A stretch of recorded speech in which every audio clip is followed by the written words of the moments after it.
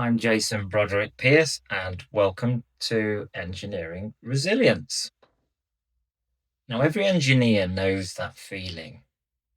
Something isn't quite right, but it's still working. So it goes on to next month's list. But when does a maintenance issue stop being a defect and become an unmanaged resilient risk?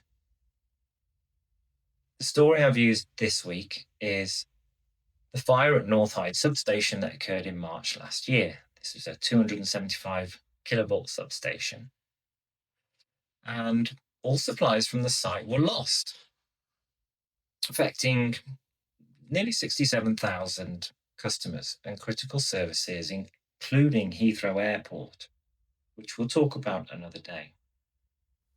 So as you'll see from the slides here, NESO found catastrophic failure of an SGT3 high voltage bushing, most likely after moisture ingress caused a short circuit and a resulting fire. Now, the point to note here is that an elevated reading of moisture was recorded in July 2018. And relevant guidance indicated an imminent fault and recommended replacement. But mitigation wasn't actioned. So the important story isn't simply that an old component failed and it resulted in a fire. It's that evidence existed long before, but didn't complete the journey from detection to verified action. And why that matters is a system continuing to operate isn't proof that the condition's safe. It may only mean the failure hasn't happened yet. The maintenance priority should reflect the total consequence, not just the equipment condition, the asset class or portfolio statistics. So what's the engineering behind this that I would use? I would use a control chain. So it starts with detection, moves on to classification, decision tree, actions, and then verification. But if you break any link, the condition monitoring becomes just information rather than protection. Basic maintenance was later deferred, and deferrals can be rational, in all fairness, but each needs a named owner, an expiry point, compensating controls, and explicit reauthorization.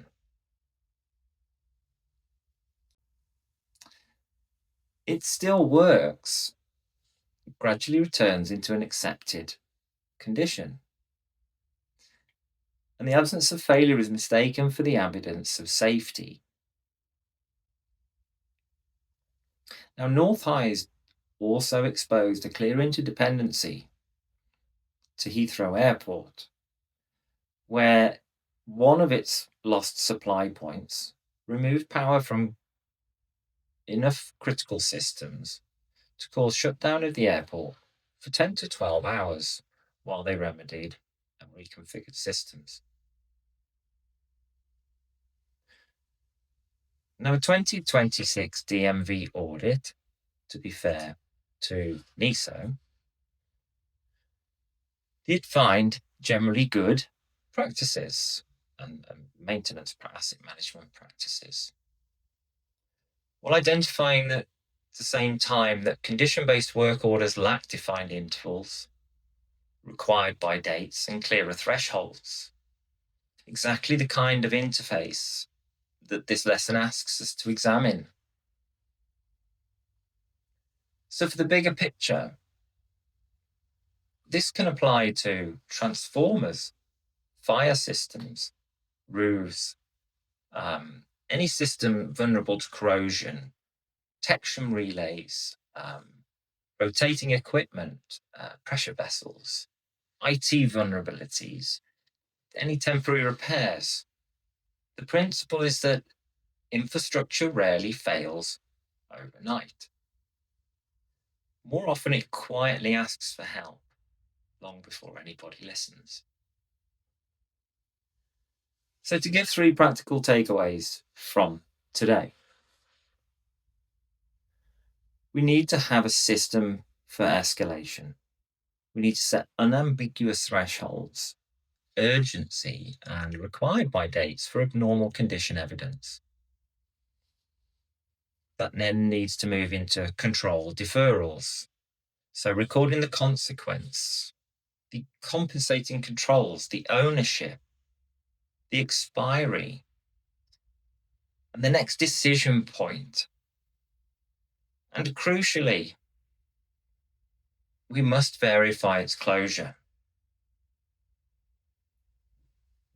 We cannot count a finding as controlled just because it was logged.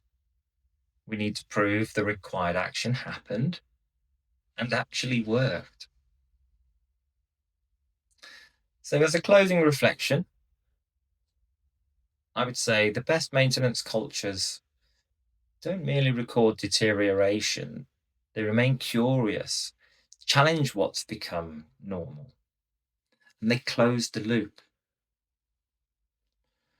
So, my final question for you today is, what no maintenance issue are we quietly accepting today that our successors may one day have to explain? I thank you for your time today.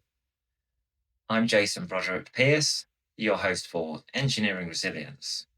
I look forward to seeing you in part 3. Thank you for your time today. Goodbye.